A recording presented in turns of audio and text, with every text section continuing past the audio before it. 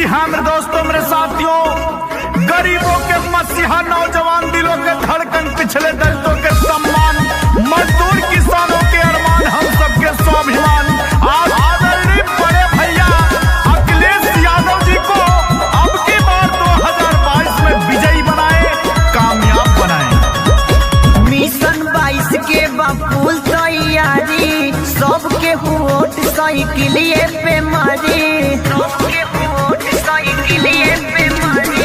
Mission 22 के बापुल तैयारी, सबके वोट साइकिलिए पे मारी। आ सुख जाए कमल के फुलवा टपक के, चली साइकिलिया यूपी में चपक के, चली साइकिलिया यूपी में चपक के, चली साइकिलिया यूपी में चपक के, चली साइकिलिया यूपी में चपक के। ना मैं गिरा, ना मेरे उम्मीदों के मीनार गिरे, पर लोग मुझे गिराने में कई बार गिरे। सवाल जहर का नहीं था तो मैं पी गया, तकलीफ लोगों को तब हुई जब मैं फिर से जी गया, फिर से जी गया, फिर से जी गया, फिर से जी गया।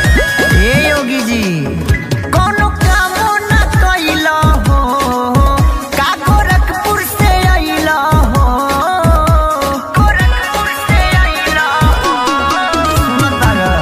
कोनो कामो न कैला हो, का गोरखपुर से अइला हो।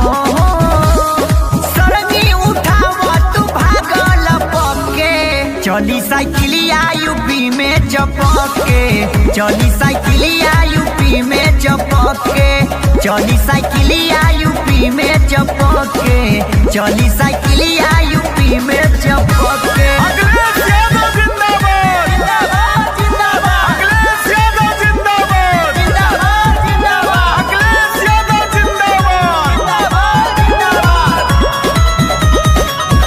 सुना चाचा चाची भैया, परतानी राउर पैया, परतानी राउर पैया। सुना चाचा चाची भैया, परतानी राउर पैया।